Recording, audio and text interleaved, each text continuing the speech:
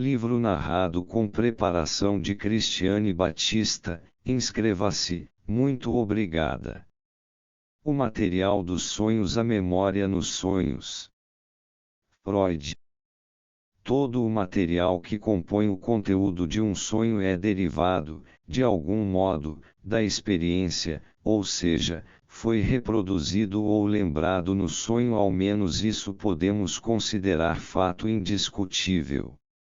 Mas seria um erro supor que uma ligação dessa natureza entre o conteúdo de um sonho e a realidade esteja destinada a vir à luz facilmente, como resultado imediato da comparação entre ambos.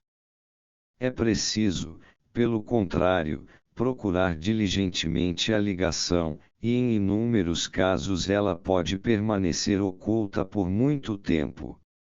A razão disso está em diversas peculiaridades exibidas pela faculdade da memória nos sonhos e que, embora observadas com frequência, até hoje têm resistido à explicação. Vale a pena examinar essas características mais de perto. É possível que surja, no conteúdo de um sonho, um material que, no estado de vigília, não reconheçamos como parte de nosso conhecimento ou de nossa experiência. Lembramo-nos, naturalmente, de ter sonhado com a coisa em questão, mas não conseguimos lembrar se, ou quando, a experimentamos na vida real. Ficamos assim em dúvida quanto à fonte a que recorreu o sonho e sentimos-nos tentados a crer que os sonhos possuem uma capacidade de produção independente. Então, finalmente, muitas vezes após um longo intervalo, alguma nova experiência relembra a recordação perdida do outro acontecimento e, ao mesmo tempo, revela a fonte do sonho. Somos assim levados a admitir que, no sonho, sabíamos e nos recordávamos de algo que estava além do alcance de nossa memória de vigília. Um exemplo particularmente impressionante disso é fornecido por Delboeuf a partir de sua própria experiência. Viu ele num sonho o quintal de sua casa, coberto de neve, e sob ela encontrou 2 pequenos lagartos semicongelados. Tendo uma grande afeição por animais, apanhou-os, aqueceu-os e os levou de volta para o pequeno buraco que ocupavam na alvenaria. Deu-lhes ainda algumas folhas de uma pequena samambaia que crescia no muro, as quais, como sabia, eles muito apreciavam. No sonho, ele sabia o nome da planta, Asplenium rutamurlis. O sonho prosseguiu e, após uma digressão, voltou aos lagartos. Delboeuf viu então, para sua surpresa, 2 outros lagartos que se ocupavam dos restos da samambaia. Depois, olhou ao redor e viu um quinto e a seguir um 6º lagarto, que se dirigiam para o buraco no muro, até que toda a estrada fervilhava com uma procissão de lagartos, todos se movimentando na mesma direção, e assim por diante. Quando desperto, Delboeuf sabia os nomes em latim de pouquíssimas plantas, e Asplenium não estava entre eles. Para sua grande surpresa, pôde confirmar o fato de que realmente existe uma samambaia com esse nome. Sua denominação correta é Asplenium rutamuraria, que fora ligeiramente deturpada no sonho.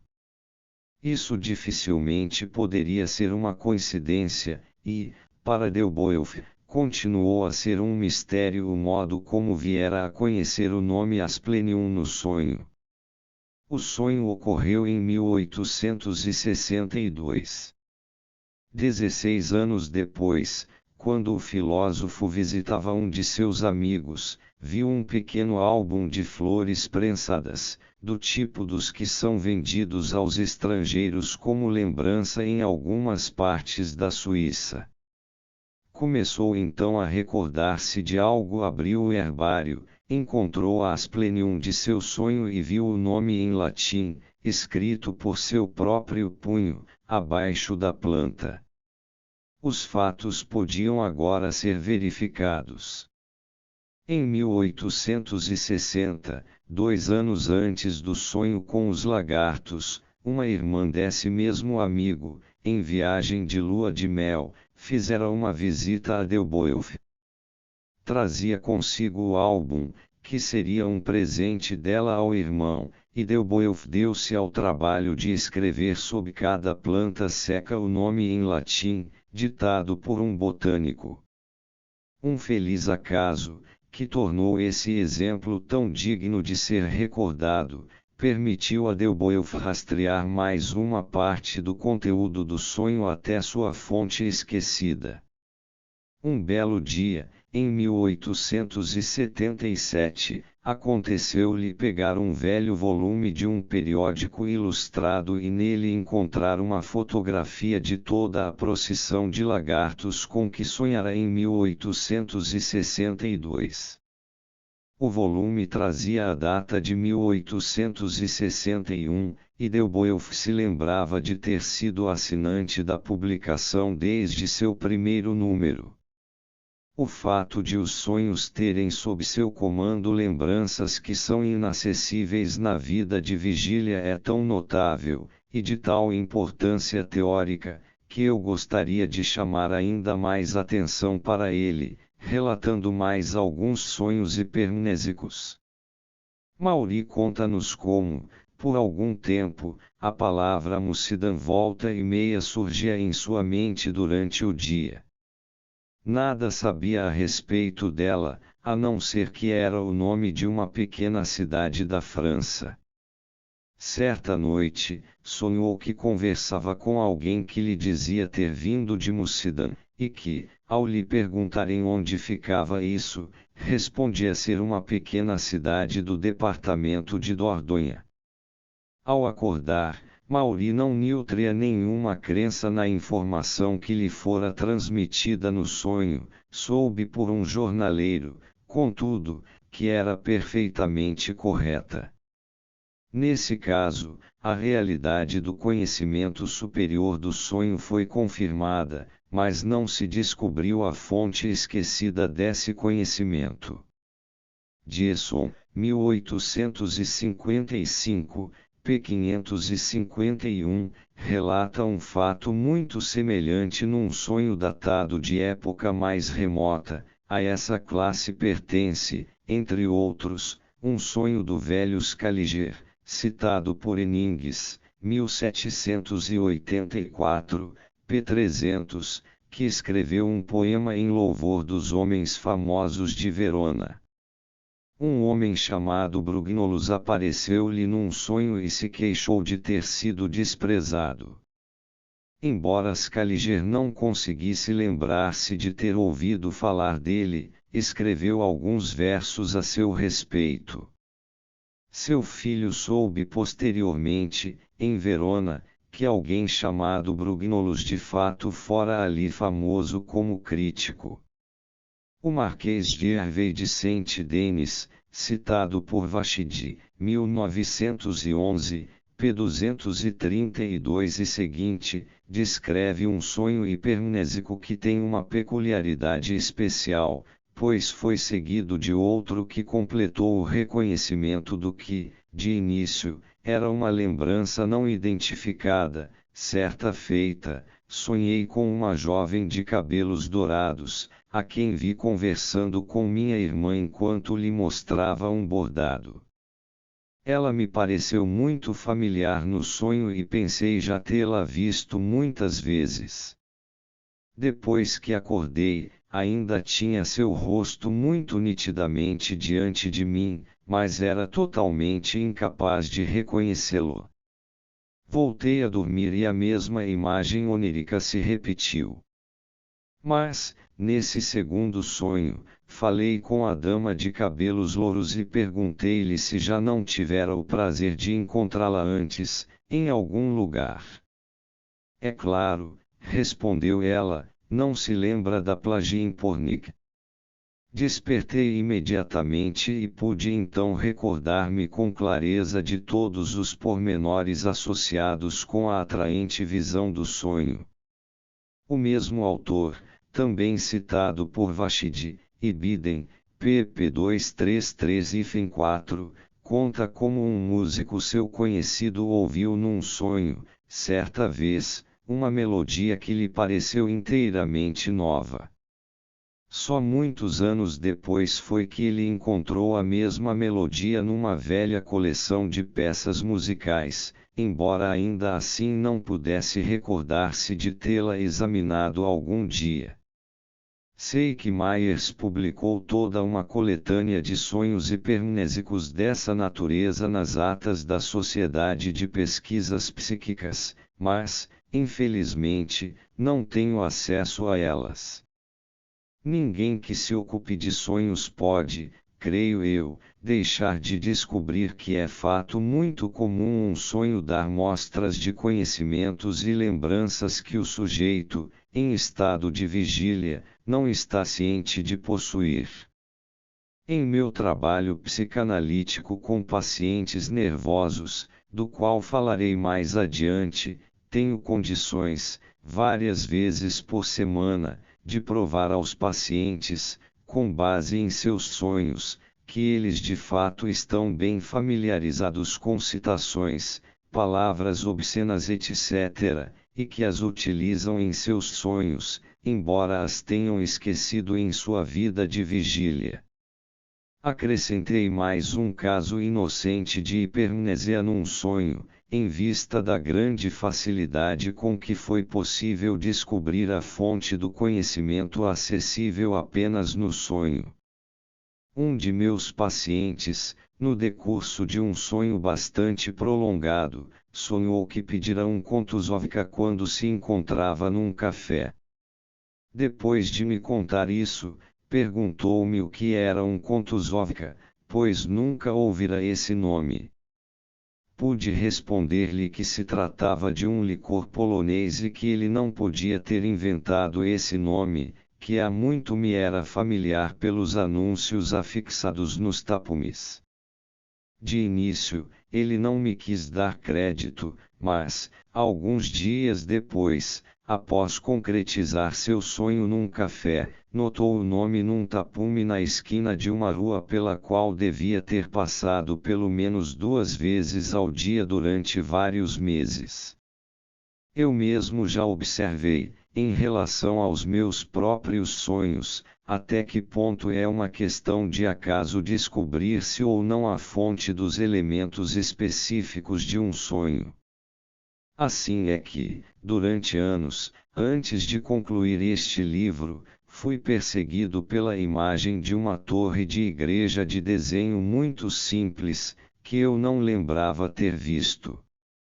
E então, de súbito, reconheci-a com absoluta certeza numa pequena estação da linha férrea entre Salzburgo e Reichenau.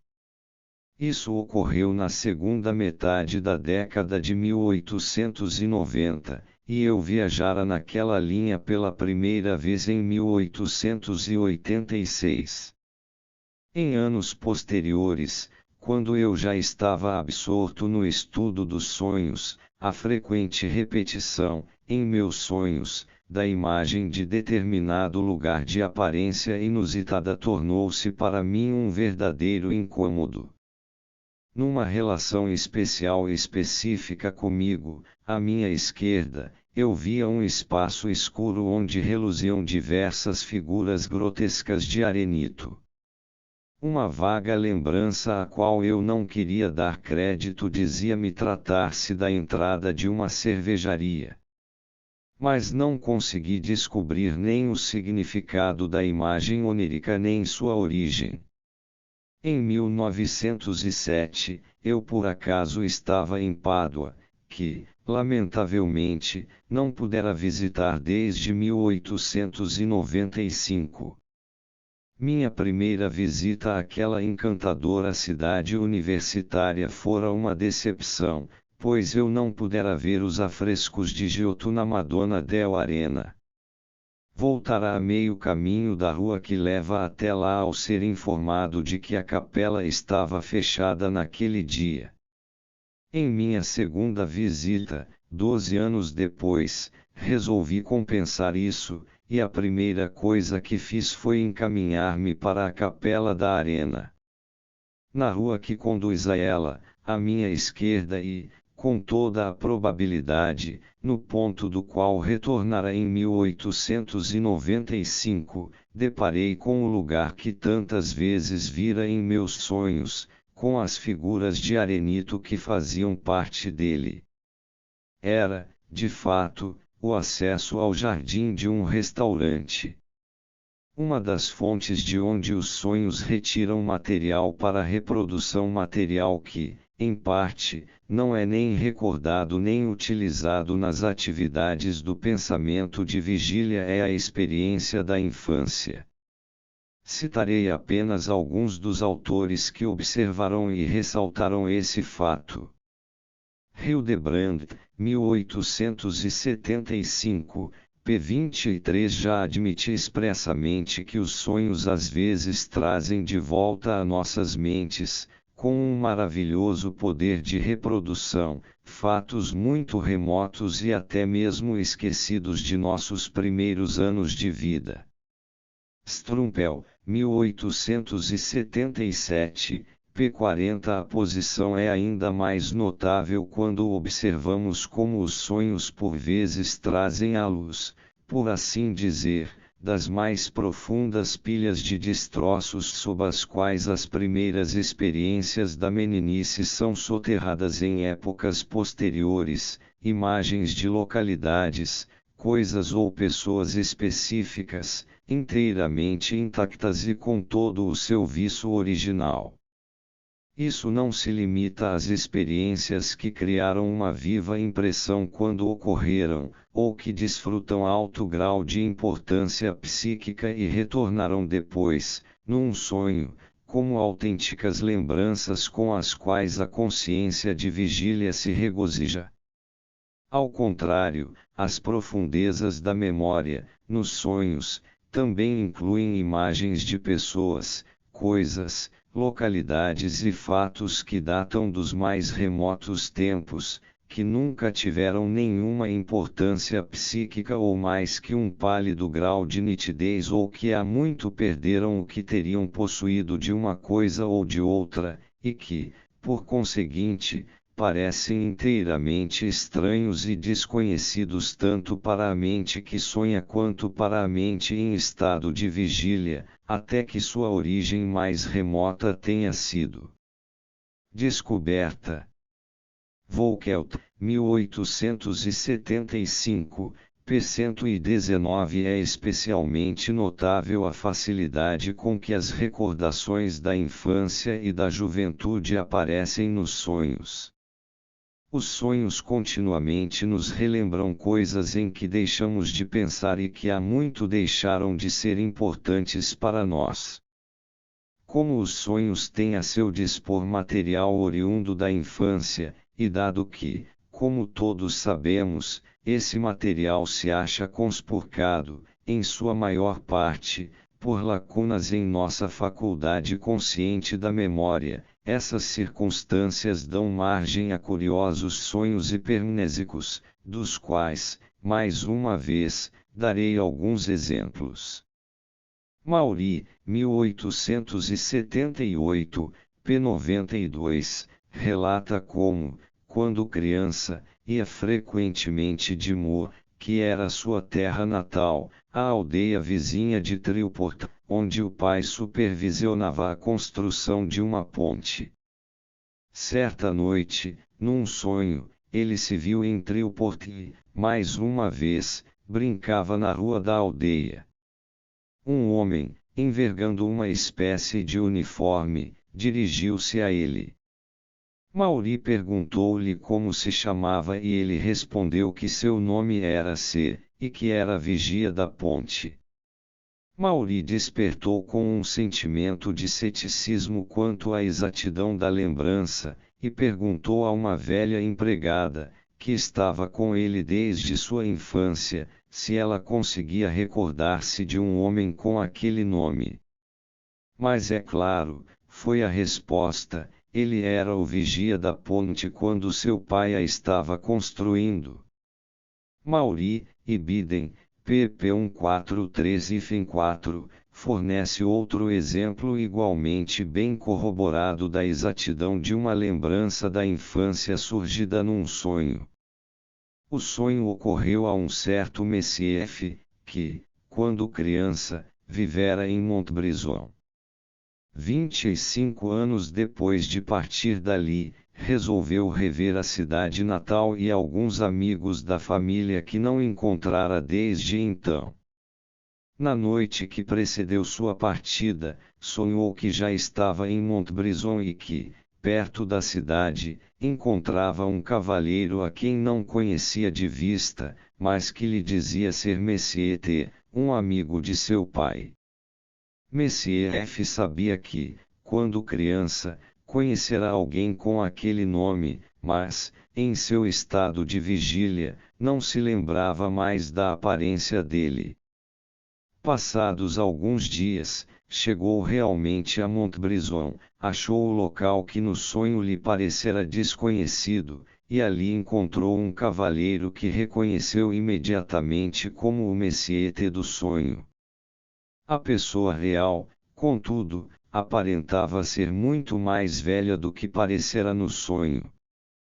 Nesse ponto, posso mencionar um sonho que eu mesmo tive, no qual o que tinha de ser reconstituído não era uma impressão, mas uma ligação. Sonhei com alguém que, no sonho, eu sabia ser o médico de minha cidade natal. Seu rosto era indistinto, mas se confundia com a imagem de um dos professores da minha escola secundária, com quem ainda me encontro ocasionalmente. Quando acordei, não conseguia descobrir que ligação haveria entre esses dois homens. Entretanto, fiz à minha mãe algumas perguntas sobre esse médico que remontava aos primeiros anos de minha infância, e soube que ele tinha apenas um olho. O professor cuja fisionomia se sobrepusera à do médico no sonho também só tinha uma vista. Fazia 38 anos que eu vira o médico pela última vez e, ao que eu saiba, nunca pensara nele em minha vida de vigília, embora uma cicatriz em meu queixo pudesse ter me feito recordar suas atenções para comigo. Diversos autores, por outro lado, asseveram que na maioria dos sonhos se encontram elementos derivados dos últimos dias antes de sua ocorrência, e isso parece ser uma tentativa de contrabalançar a excessiva ênfase dada ao papel desempenhado na vida onírica pelas experiências da infância. Assim, Robert, 1886, p. 46, declara que os sonhos normais, de modo geral, dizem respeito apenas às impressões dos últimos dias. Verificaremos, porém, que a teoria dos sonhos elaborada por Robert torna-lhe essencial destacar as impressões mais recentes, deixando de fora as mais antigas. Não obstante, sua afirmação permanece correta, como posso confirmar por minhas próprias pesquisas. Um autor norte-americano, Nelson, é de opinião que as impressões empregadas com mais frequência num sonho decorrem do penúltimo ou do antepenúltimo dia antes que o sonho ocorra, como se as impressões do dia imediatamente anterior ao sonho não fossem suficientemente atenuadas ou remotas. Vários autores, preocupados em não lançar dúvidas sobre a íntima relação entre o conteúdo dos sonhos e a vida de vigília, ficaram aturdidos com o fato de as impressões com que os pensamentos de vigília se acham intensamente ocupados só aparecerem nos sonhos depois de terem sido de certa forma postas de lado pelas atividades do pensamento diurno. Assim, após a morte de um ente querido, as pessoas em geral não sonham com ele logo de início, enquanto se acham dominadas pela dor. Delitzsch, 1891. Por outro lado, uma das mais recentes observadoras, a senhorita Hella-Mead, 1896, pp. 410-1, coligiu exemplos em contrário, assim afirmando o direito de cada um de nós ao individualismo psicológico nesse aspecto. A terceira, mais surpreendente e menos compreensível, característica da memória nos sonhos é demonstrada na escolha do material reproduzido. Pois nos sonhos o que se considera digno de ser lembrado não é, como na vida de vigília, apenas o que é mais importante, mas, pelo contrário, também o que é mais irrelevante e insignificante.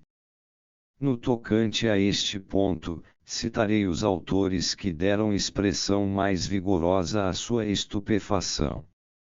Hildebrand, 1875, p11. Pois o fato notável é que os sonhos extraem seus elementos não de acontecimentos importantes e excitantes, nem dos interesses poderosos e imperiosos do dia anterior, mas dos detalhes casuais, dos fragmentos sem valor, poder-se-ia dizer, do que se vivenciou recentemente, ou do passado mais remoto.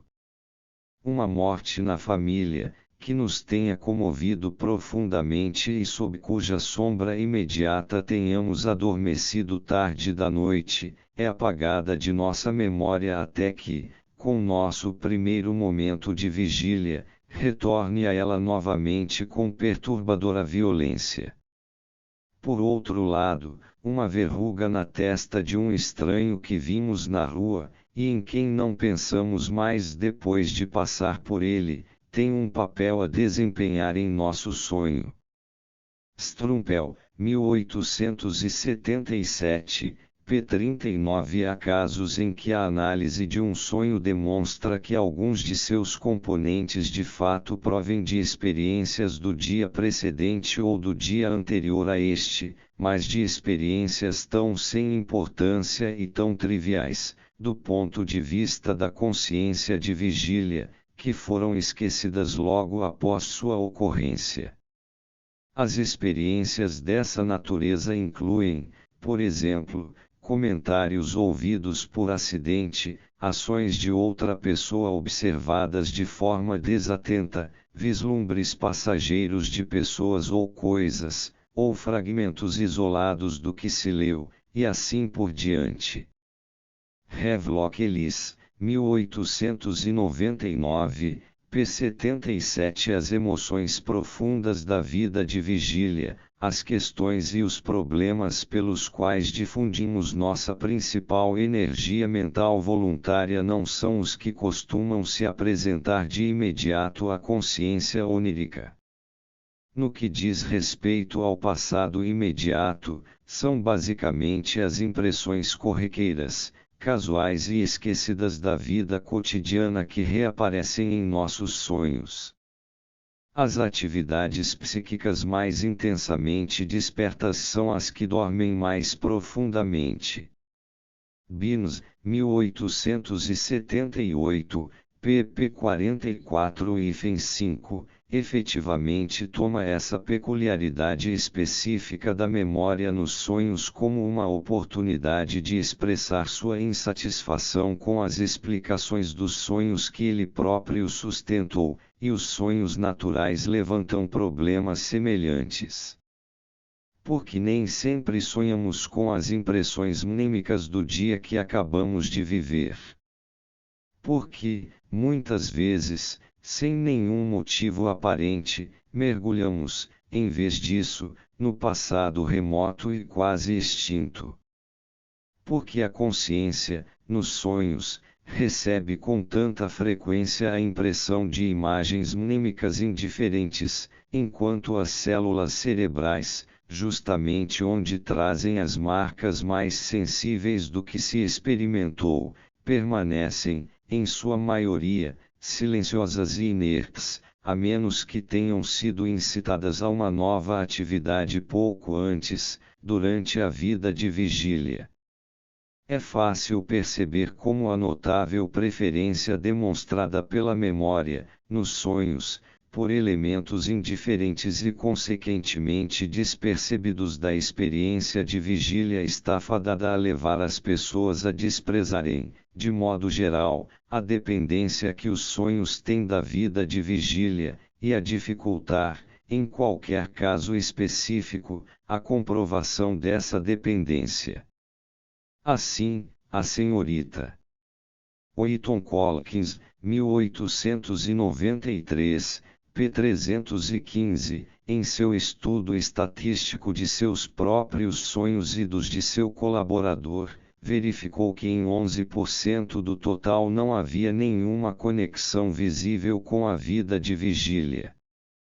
Hildebrand, 1875, sem dúvida está certo ao afirmar que seríamos capazes de explicar a gênese de todas as imagens oníricas se dedicássemos tempo e empenho suficientes à investigação de sua origem.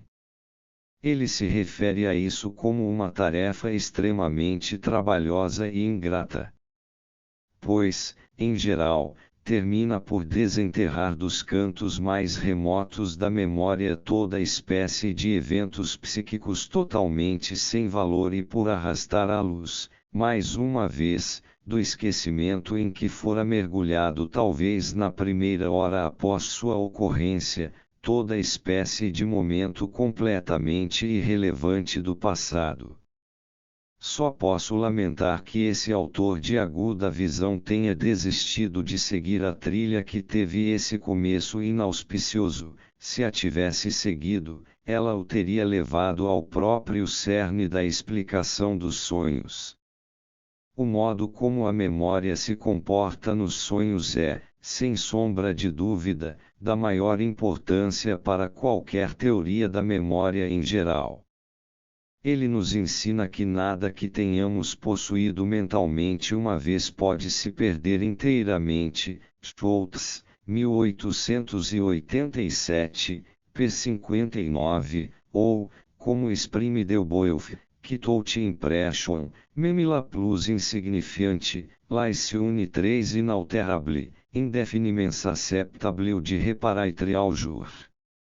Essa é uma conclusão a que também somos levados por muitos fenômenos patológicos da vida mental.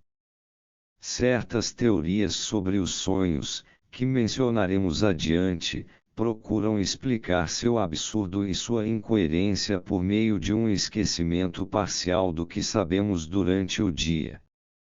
Se levamos em conta a extraordinária eficiência que acabamos de ver exibida pela memória nos sonhos, temos uma vívida noção da contradição que essas teorias envolvem.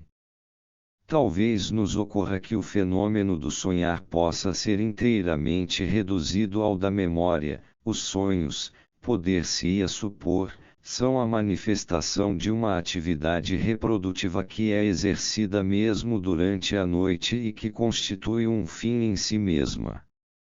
Isso se coadunaria com afirmações como as que foram formuladas por Pilkes, 1899, segundo as quais existe uma relação fixa observável entre o momento em que um sonho ocorre e seu conteúdo, sendo as impressões do passado mais remoto reproduzidas nos sonhos durante o sono profundo, enquanto as impressões mais recentes surgem ao amanhecer. Mas tais pontos de vista são intrinsecamente improváveis, tendo-se em consideração a maneira como os sonhos lidam com o material a ser lembrado. Strumpel frisa, com razão, que os sonhos não reproduzem experiências. Eles dão um passo à frente, mas o próximo passo da sequência é omitido, ou aparece de forma alterada, ou é substituído por algo inteiramente estranho. Os sonhos não produzem mais do que fragmentos de reproduções, e isso constitui uma regra tão geral que nela é possível basear conclusões teóricas. É verdade que existem casos excepcionais em que um sonho repete uma experiência tão completamente quanto está ao alcance de nossa memória de vigília. Delboeuf conta-nos como um de seus colegas da universidade teve um sonho que reproduzia, em todos os detalhes, um perigoso acidente de carruagem que ele sofrera, do qual escapou quase por milagre. A senhorita Collins, 1893, menciona 2 sonhos cujo conteúdo foi uma reprodução exata de um acontecimento do dia anterior, e eu mesmo terei oportunidade, mais adiante, de relatar um exemplo por mim observado de uma experiência infantil que reapareceu num sonho sem qualquer modificação.